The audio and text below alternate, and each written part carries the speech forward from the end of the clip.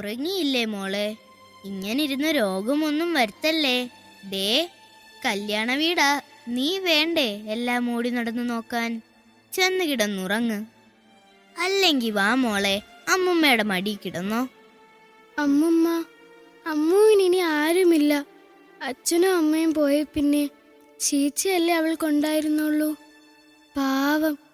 ആരുമില്ലാത്തവർക്ക് ദൈവമാണ് തുണ. എന്റെ മോൾ അങ്ങനെ വിചാരിച്ച് പോയി കിടന്നുറങ്ങ്. ഇങ്ങനെയുള്ളവരെ നിയമത്തിന്റെ മുമ്പിൽ കൊണ്ടുവരണം. അതാ വേണ്ടത്. ഒരു സ്ത്രീധനം.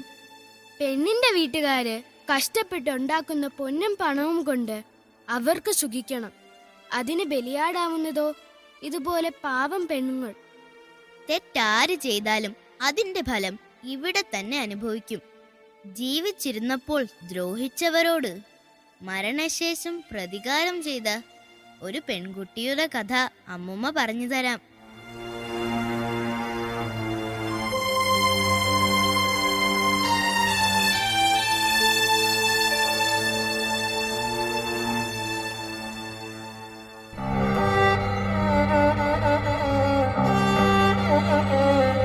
പണ്ട് പണ്ട്, വളരെ പണ്ട്, ബ്രഹ്മമലകൾക്കും അപ്പുറത്തൊരു കൊച്ചു ഗ്രാമമുണ്ടായിരുന്നു.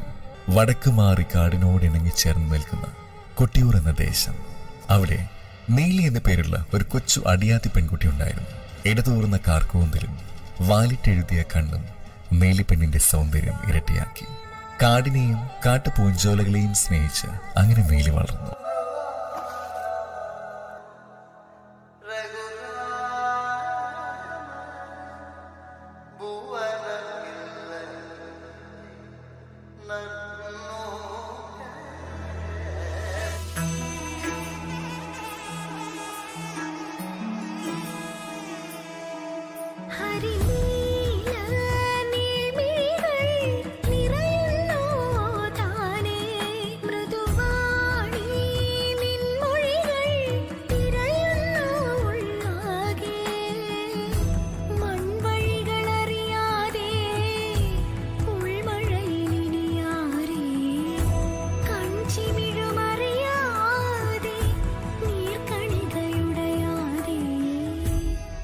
അങ്ങനെ ഇരിക്കുമ്പോഴാണ് നമ്മുടെ സുന്ദരിയായ നീലയ്ക്ക് ഒരാഗ്രഹം. തനിക്കും അറിവ് നേടണം. ആരും കാണാതെ നീലയ്ക്ക് അറിവുകൾ പകർന്നു നൽകി നമ്മുടെ എഴുത്തച്ഛൻ.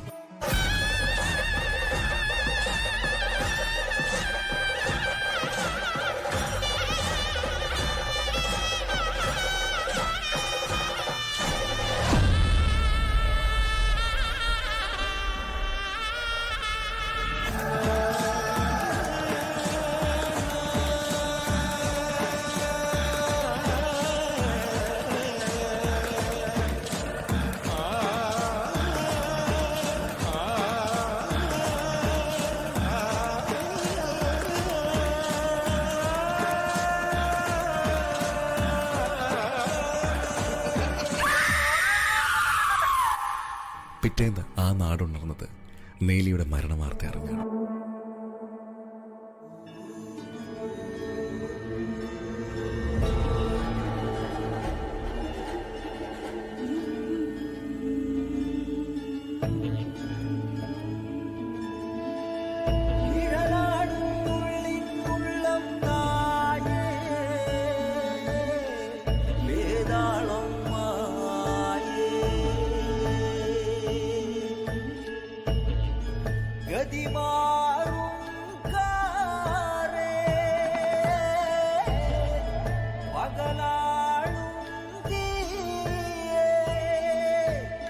ഭയപ്പെട്ടതുപോലെ തന്നെ സംഭവിച്ചിരിക്കുന്നു.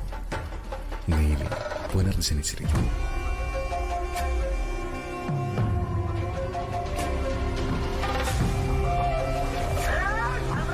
അവളുടെ ക്രോധത്തെ തട്ടിക്കാൻ നിങ്ങളെ കൊണ്ടാവില്ല.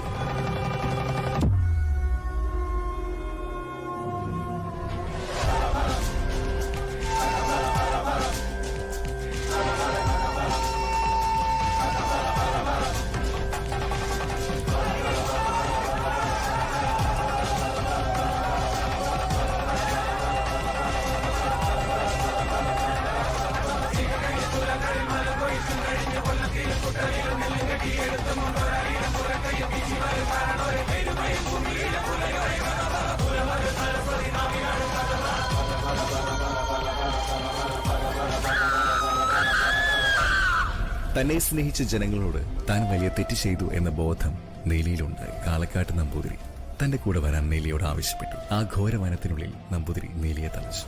അവിടെയുള്ള ജനങ്ങൾ ഇന്നും നീലിയെ തങ്ങളുടെ ദേവതയായി കണ്ട് ആരാധിച്ചു.